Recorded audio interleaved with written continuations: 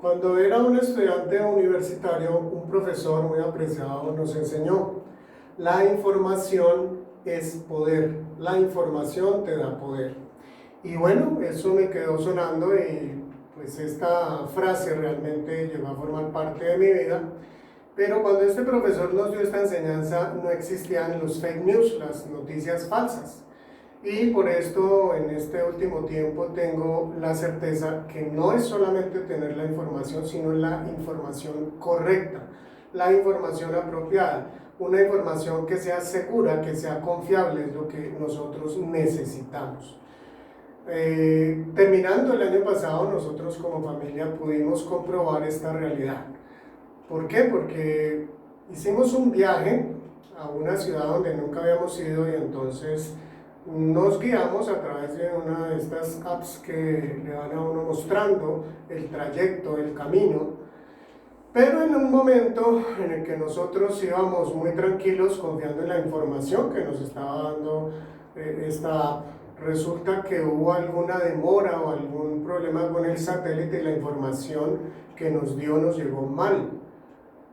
Nos desviamos entonces sin darnos cuenta porque debíamos de haber tomado un camino, un desvío, pero cuando ya nos dimos cuenta ya era muy tarde. Nos tocó entonces mirar la forma de regresar a donde nos habíamos salido del camino, a donde habíamos seguido por una carretera que realmente no era la que nos servía. Esto significó más o menos una media hora de pérdida de tiempo en nuestro viaje. Si nosotros miramos esta realidad, es mucho más delicada, mucho más importante cuando miramos la vida eterna, la vida espiritual.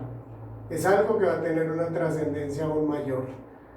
Por eso en esta tarde, en este tiempo de reflexión, vamos a tratar un tema que he titulado El único seguro y confiable, andando por el camino seguro.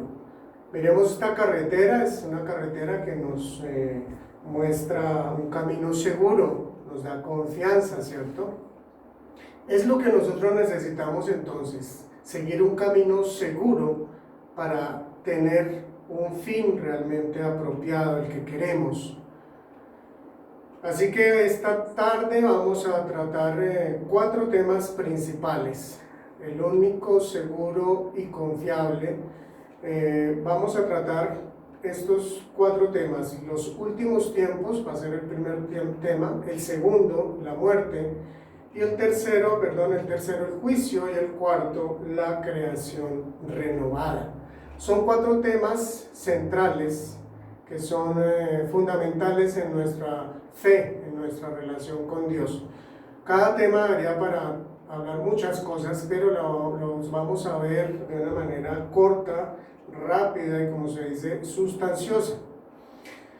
Desde luego vamos a poner en contexto este primer tema, que se trata los últimos tiempos.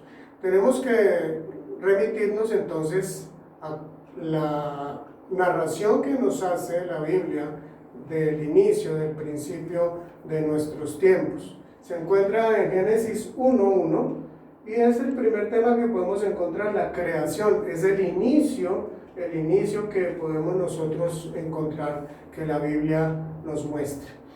En esta creación, lo último que Dios crea es al ser humano, al hombre y a la mujer, y es la obra cumbre de Dios. Pero el ser humano entra en rebelión y podemos ver que aquí termina esta etapa de la creación y comienza la etapa de la rebelión, que podemos llamar la caída. Es todo este espacio que está en negro, para tener una idea, una imagen más clara. Se trata de la historia de la creación caída. En este espacio es donde nosotros estamos, y ahora vamos a ver un poquitito, a tener una idea más aproximada de lo que nos sigue narrando la Biblia.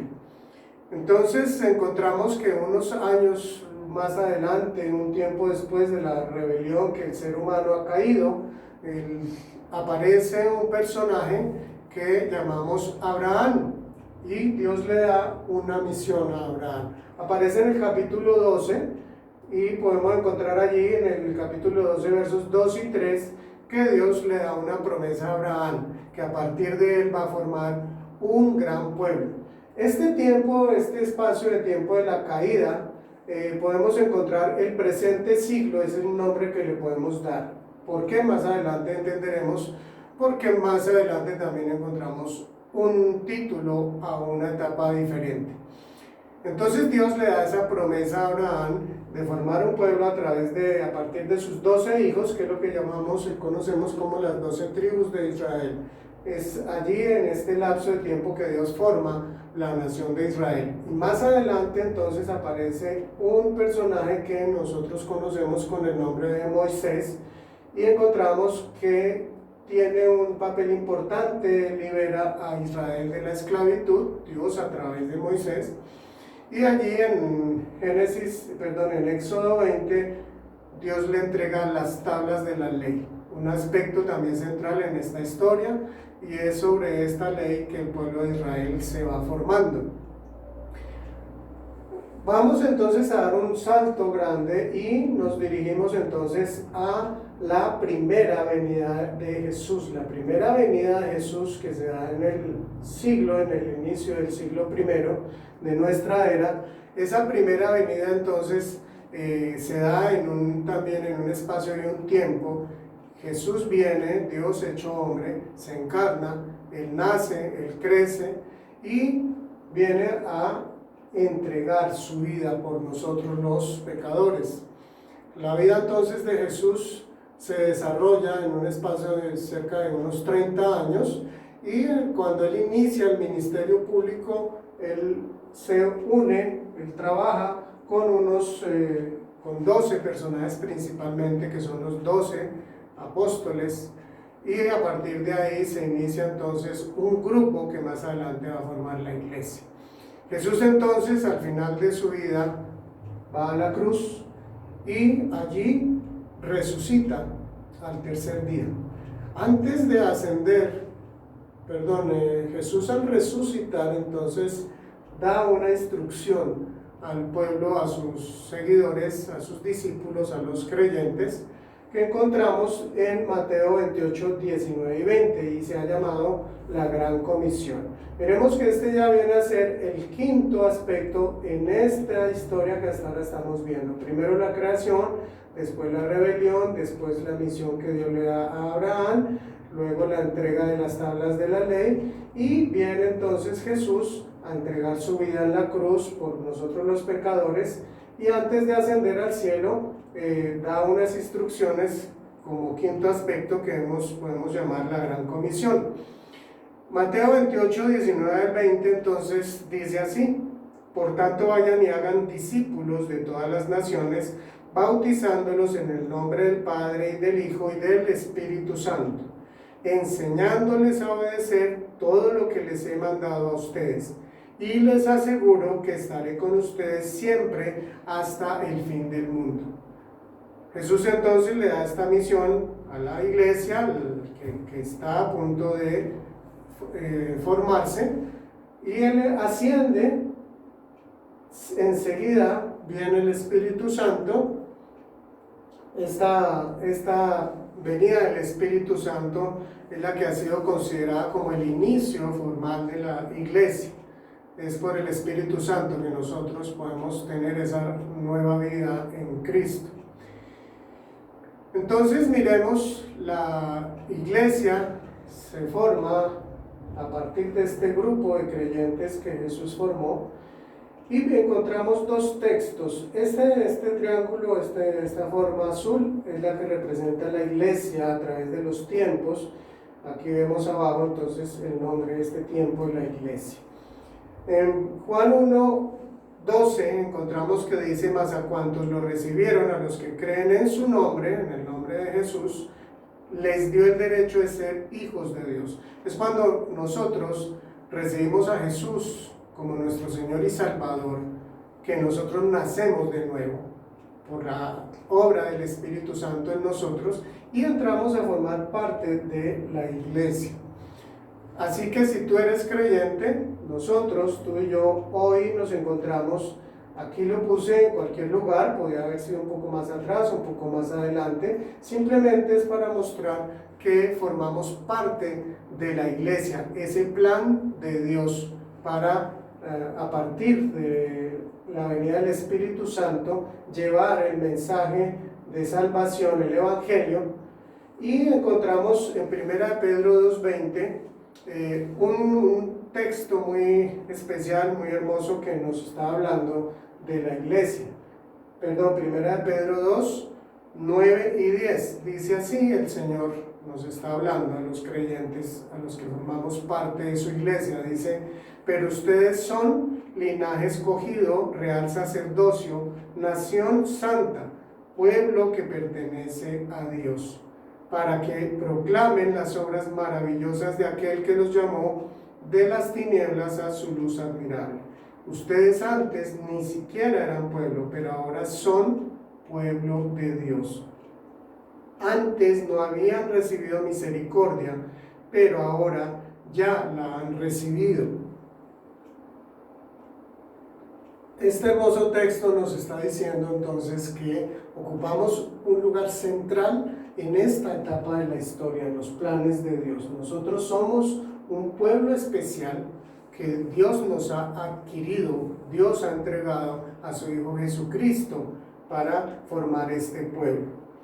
Así que en medio de este tiempo que estamos viviendo, pues hay persecuciones, tenemos dificultades como iglesia, tenemos oposición, pero tenemos nosotros la confianza que tenemos la victoria de Cristo como iglesia. Él va a retornar triunfante al terminar este tiempo, va a retornar triunfante y victorioso, y nosotros como iglesia entonces tendremos ese triunfo del Señor. El final de este tiempo será cuando el Señor Jesús regrese. Veremos que aquí precisamente esta etapa, a partir de la primera venida de Jesús, se llama los últimos tiempos. Y esa primera etapa, que se llama los últimos tiempos, va desde la primera hasta la segunda venida de Jesús. Estamos entonces en esta parte, este primer tema, los últimos tiempos. Y en forma resumida quiero mostrarles unos aspectos pues que ya he tocado, pero que es importante que tengamos presente para nuestra fe, para nuestro camino como creyentes hasta que el Señor regrese. Nos encontramos entonces entre la primera y la segunda venida de Cristo, pero desde luego no solamente los creyentes, todos los seres humanos que hemos nacido en este tiempo, nos encontramos en los últimos tiempos. Entonces no se asuste si alguien le llega a usted a decir: ¡ay, estamos ya en los últimos tiempos! No es para angustiarse. Pues es que eso es así. Sí, estamos en los últimos tiempos. ¿Por qué? Porque Jesús aún no ha regresado. Estamos en esos últimos tiempos. Cristo entonces estableció su iglesia cuando vino y le encomendó la misión, que ya leí allí en Mateo 28, de llevar el Evangelio a todas las naciones. Esa es nuestra tarea, nuestra misión como iglesia. Es muy importante entonces esa misión, porque Jesús no regresará hasta que esa misión esté completada. Es la misión, la función de la iglesia principal, central de la vida de la iglesia, es llevar el Evangelio. Así que tú y yo estamos llamados a compartir ese mensaje. Dios, Jesús, quiso que de esta manera nosotros participáramos en ese plan que Él ha establecido. Así que a pesar de la oposición y la persecución que la iglesia llegue a tener y ha tenido durante toda su historia, la iglesia al final de los tiempos tendrá la victoria de Cristo. No porque la iglesia sea fuerte en sí va a tener la victoria, no, es porque Cristo tiene la victoria. La iglesia entonces debe estar expectante y preparada para el inminente regreso de su Señor, como ya lo vimos anteriormente en unas parábolas. El Señor es muy claro al decirnos esto. Como iglesia, tú y yo debemos estar expectantes, anhelando el regreso del Señor y estar preparados. Recordemos la parábola de las 10 vírgenes, que seamos nosotros como esas 5 vírgenes que fueron sabias y prudentes y que tuvieron su lámpara encendida. Esto es una simbología de nuestra relación viva con el Espíritu de Dios, esa relación real con Jesús nuestro Señor y Salvador. Nuestro Señor entonces va a retornar triunfante y además va a ser de una forma visible para todo el mundo. No va a llegar por ahí escondidito sin que nadie lo note, como de pronto algunas películas por ahí muestran. No, esto es lo que enseña la palabra del Señor. Recordemos que estamos hablando de temas que son muy claros en la Escritura, que no dan lugar a duda. Y en los últimos tiempos llegará también a su fin con el retorno de Cristo. Cuando Cristo regrese, ahí va a llegar el final de los últimos tiempos. Entonces estamos aquí en esta parte de los últimos tiempos. Muy bien, ahora pasamos al segundo tema, un tema muy importante, que es el tema de la muerte. La muerte, este tema que, como hablaba en otras ocasiones, a muchos les asusta, ¿no? Primero los últimos tiempos y ahora el segundo tema, la muerte. La muerte tiene entonces un aspecto bien importante a tener en cuenta. Fijémonos que aquí aparece también la palabra muerte, aquí al inicio de la rebelión del ser humano. La muerte entonces entra al mundo por el pecado. Miren lo que dice Romanos 5:12, dice: por medio de un solo hombre el pecado entró en el mundo y por medio del pecado entró la muerte. Fue así como la muerte pasó a toda la humanidad, porque todos pecaron. La muerte no estaba en los planes de Dios, en sus planes originales. Ahora tampoco lo tomó desprevenido. Dios lo sabe todo, desde siempre conoce todo esto que estamos aquí compartiendo. Dios lo conoce, pero en su plan original Dios no tenía a la muerte como parte de esa creación.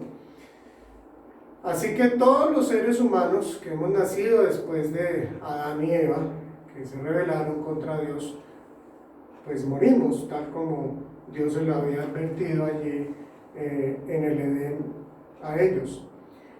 Miremos lo que dice Efesios 2:1-3.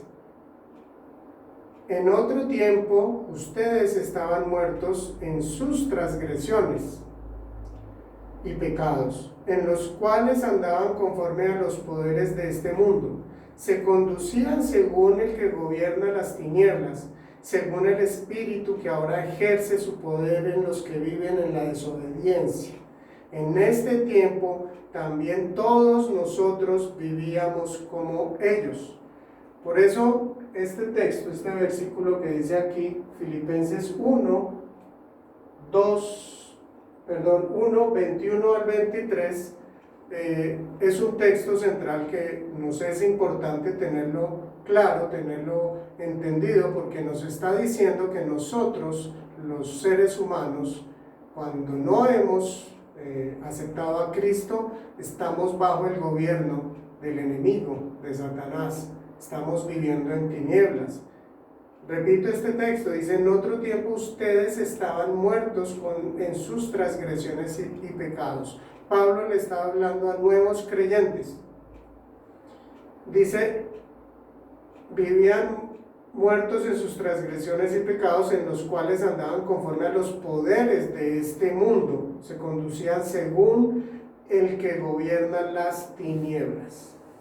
Así que hasta que nosotros llegamos a ser creyentes, pasamos de ese mundo de tinieblas a ese mundo de luz admirable, como leamos en Primera de Pedro capítulo 2. Dice: según el espíritu que ahora ejerce su poder en los que viven en la desobediencia. Entonces siguen viviendo muchas personas apartadas de Dios, apartadas de Jesús, en tinieblas. Y dice, terminando: en ese tiempo también todos nosotros vivíamos como ellos. Nosotros, los que somos creyentes, debemos de tener claridad en que nuestra vida realmente ha sido cambiada. Dios nos ha trasladado del mundo de tinieblas a su mundo de luz, que es donde estamos. La muerte entonces también será derrotada al final de los tiempos, es lo que nos habla también en el Apocalipsis el Señor. Pero derrotar la muerte realmente se inicia en esta vida. Nosotros tomamos la decisión de seguir a Jesús, de recibirle, de hacerlo nuestro Señor y nuestro Rey, nuestro Salvador. Es ahí cuando realmente nosotros derrotamos a la muerte. ¿Por qué? Porque ya tenemos la vida eterna. En Juan 3:36 dice, es muy claro este texto, dice, el que cree en el Hijo tiene vida eterna. Fíjense que no dice tendrá, sino tiene vida eterna. Pero el que rehúsa creer en el Hijo no verá la vida, sino que la ira de Dios está sobre él. El que tiene, voy a leer ahora 1 Juan 5:12, también un texto muy claro, el que tiene al Hijo tiene la vida. El que no tiene al Hijo de Dios no tiene la vida. Y aquí se está refiriendo a la vida eterna. Y en Juan 11:25 dice, Jesús respondiendo a una pregunta dice, yo soy la resurrección y la vida, el que cree en mí, aunque esté muerto, vivirá. Jesús entonces está afirmando, el que tiene al Hijo, el que lo tiene a Él, es quien tiene la vida eterna, aún cuando lleguemos a morir, nosotros viviremos. No debemos entonces nosotros los creyentes tenerle miedo a la muerte. Eso es algo fundamental porque nosotros debemos de mirar a la muerte con unos ojos diferentes. Filipenses 1, 21 y 23 dice, porque para mí el vivir es Cristo y el morir es ganancia. Me siento presionado por dos posibilidades. Deseo partir y estar con Cristo, que es mucho mejor. Esto es un texto en el que Pablo está hablándole a la iglesia que él no sabe realmente qué será mejor, aunque él preferiría morir. No sabe si al quedarse y beneficiar, ser de bendición a las iglesias que están apenas naciendo, eso también es algo que a él le gustaría mucho. Pero finalmente él considera que morir es mucho mejor, por eso dice, porque para mí el vivir es Cristo y el morir es ganancia. La muerte entonces tiene también un aspecto interesante, que también vamos a hablarlo muy rápido, aunque la palabra del Señor habla bastante al respecto, especialmente allí todo el capítulo de 1 Corintios 15. Voy a leerles solamente unos textos allí, el capítulo 15, 1 Corintios, versos 51 al 53, donde nos habla que cuando el Señor regrese vamos a ser transformados y vamos a recibir un cuerpo nuevo, un cuerpo adaptado para poder vivir en la eternidad. Dice así, fíjense bien en el misterio que les voy a revelar. No todos moriremos, pero todos seremos transformados. En un instante, en un abrir y cerrar de ojos, al toque final de la trompeta. Pues sonará la trompeta y los muertos resucitarán con un cuerpo incorruptible y nosotros seremos transformados. Porque lo corruptible tiene que revestirse de lo incorruptible y lo mortal de inmortalidad. Pablo le está hablando a los creyentes que tenían inquietudes sobre los que estaban muriendo, qué iba a pasar con ellos y qué iba a pasar con los que estaban vivos y que iban a estar vivos cuando el Señor Jesús regresara. Aquí entonces el apóstol Pablo nos está hablando claramente que recibiremos cuerpos, seremos transformados y tendremos esos cuerpos glorificados, adaptados para la vida eterna. Entonces, miremos ya como resumen de este segundo punto sobre la muerte. La muerte entró al mundo por el pecado. Todo ser humano que no ha nacido de nuevo se encuentra en estado de muerte espiritual. Son los textos que hemos leído que nos hablan muy claramente que quien no ha recibido a Cristo sigue viviendo en tinieblas y va camino a la destrucción. Derrotar a la muerte se determina en vida. Es algo que nosotros decidimos, ¿cierto? Personalmente, cuando aceptamos a Cristo. en vida al decidir personalmente aceptar a Cristo como Señor y Salvador. Esa es entonces la derrota a la muerte. Ya que Cristo destruyó el poder de la muerte con su resurrección, los creyentes no deben temer a la muerte. Nuestra forma de ver a la muerte debe ser diferente, como ya lo vimos. Al morir, los seguidores de Cristo van con el Señor. Nosotros al morir, entonces, vamos a la presencia del Señor. Y el regreso de Cristo, cuando regrese el Señor Jesucristo, los creyentes que estén vivos serán transformados y también recibirán cuerpos nuevos y glorificados, apropiados para la vida en el reino eterno de Dios. Es lo que acabamos de leer en 1 Corintios 15, ahí hay más información, desde luego en otros textos del Nuevo Testamento. Vamos entonces a pasar al tercer tema, un tema, ya lo vamos a ver un poco más rápido. El tercer tema trata sobre este espacio de tiempo que comienza a partir de la segunda venida de Cristo. Fijémonos, habíamos hablado que aquí se llamaba este periodo anterior el presente siglo, como el viejo eón, y a partir de la segunda venida es el siglo venidero, es el nuevo eón. La vida eterna entonces comienza a partir de la segunda venida de Cristo y se puede llamar como el periodo de la renovación, es el inicio de la vida eterna. Y este tercer tema que vamos a tratar es el juicio. Con la segunda venida del Señor viene entonces el juicio. Allí es el inicio del reino de Dios, el reino de los cielos, por eso aparece esta corona. Y tengamos presente que fue el tema central de Jesús, enseñando él que el reino de los cielos se ha acercado. Así inició él sus predicaciones, recién comenzó su ministerio terrenal.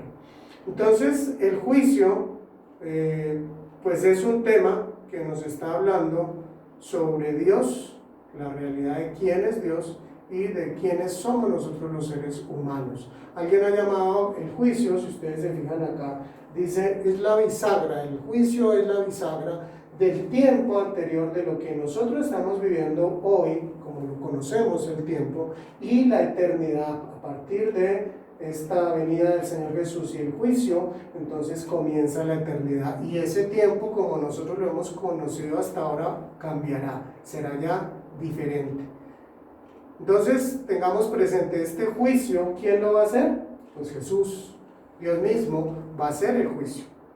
¿A quiénes va a juzgar? A los seres humanos. Entonces, Dios, Jesús, es el dueño y quien tiene todo el derecho, Él es el creador del universo.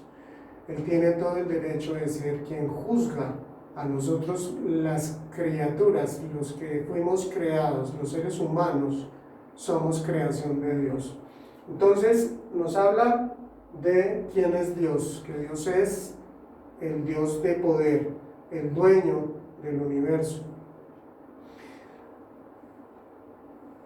Cuando Jesús regrese, entonces Él va a destruir todas las potestades de maldad. Dice en Apocalipsis 20:10, el diablo que los había engañado será arrojado al lago de fuego y azufre, donde también habrán sido arrojados la bestia y el falso profeta. Allí serán atormentados día y noche por los siglos de los siglos.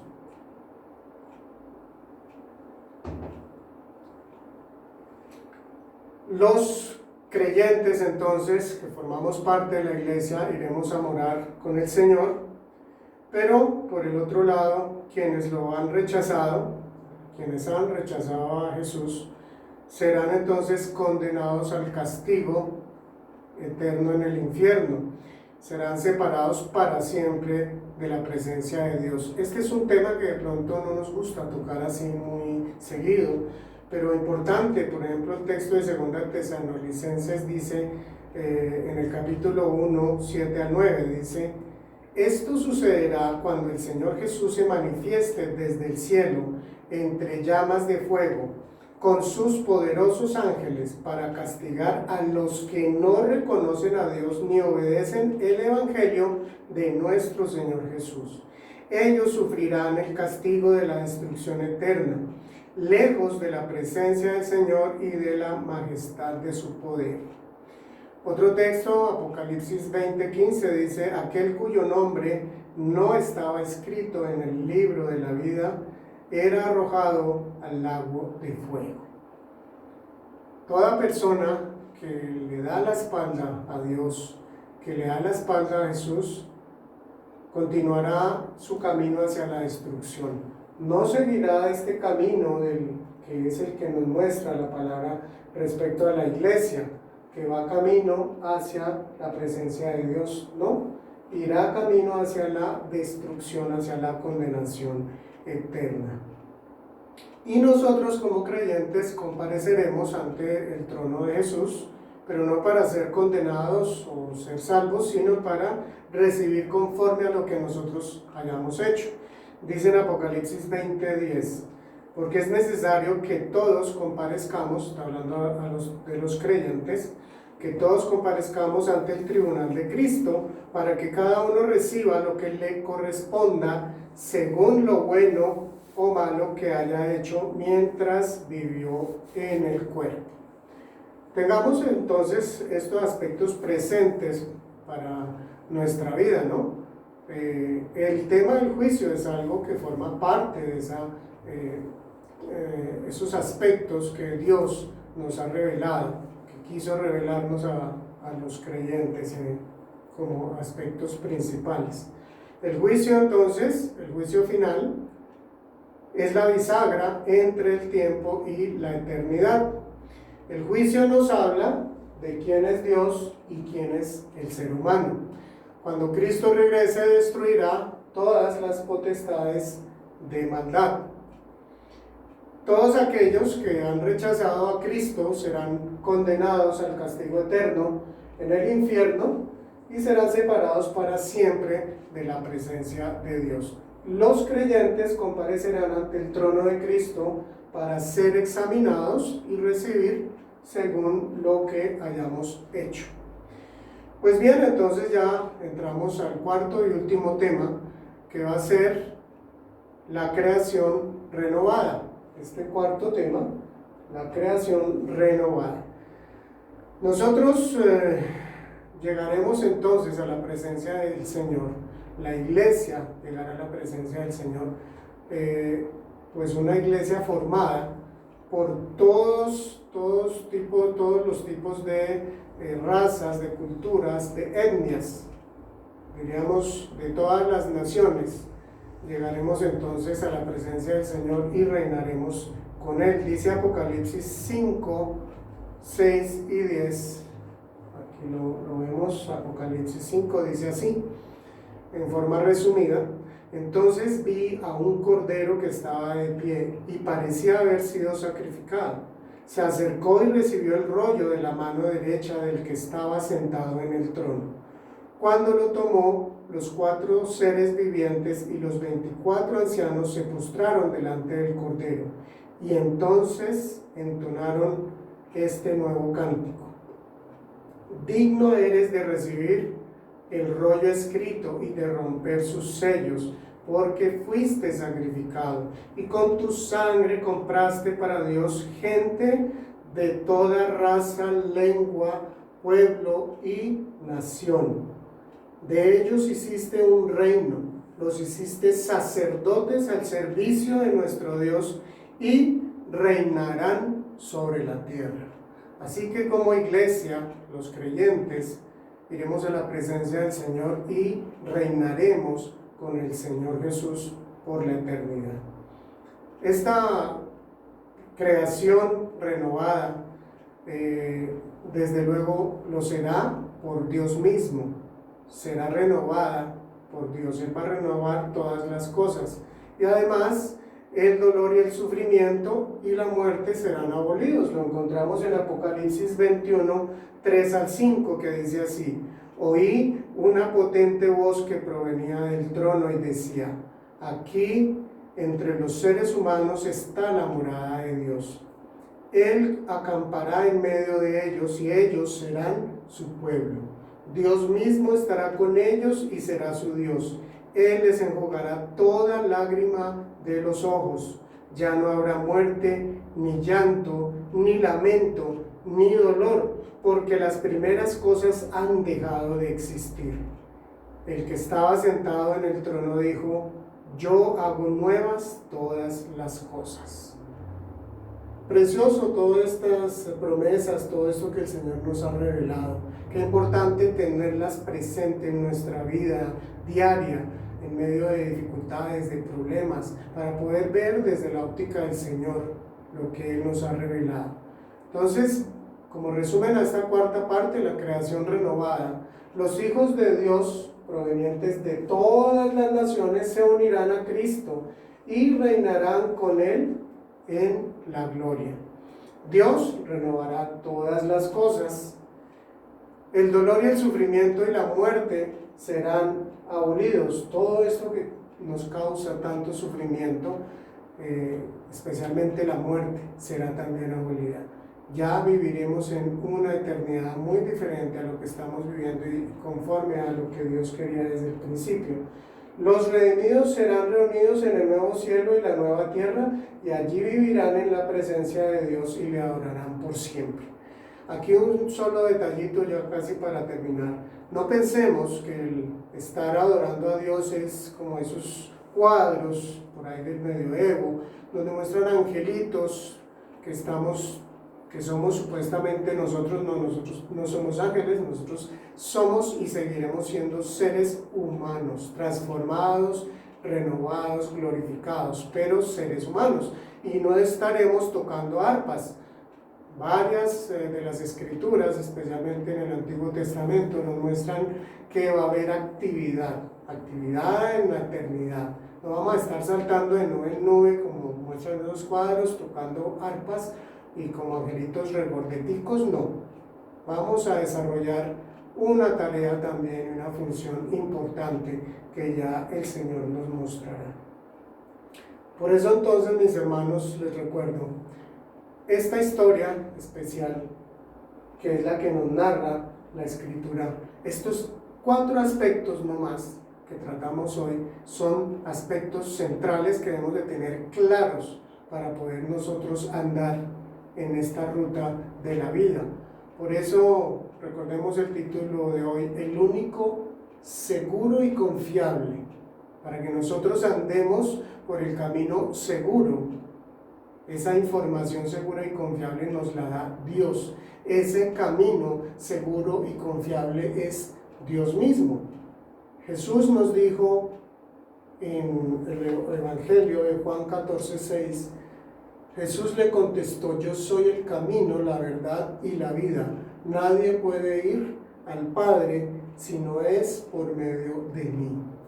Es en las manos de Jesús, es conociéndole a Él, es teniendo esa relación firme, confiada, segura con Él, es conociendo su palabra, conociendo lo que Él nos ha revelado en su Escritura, que tú y yo podemos ir tranquilos, seguros en esta vida a pesar de las dificultades, y llegar a un final feliz, que es a morar con Él, con nuestro Señor Jesucristo, con Dios mismo, por la eternidad. El Señor les bendiga.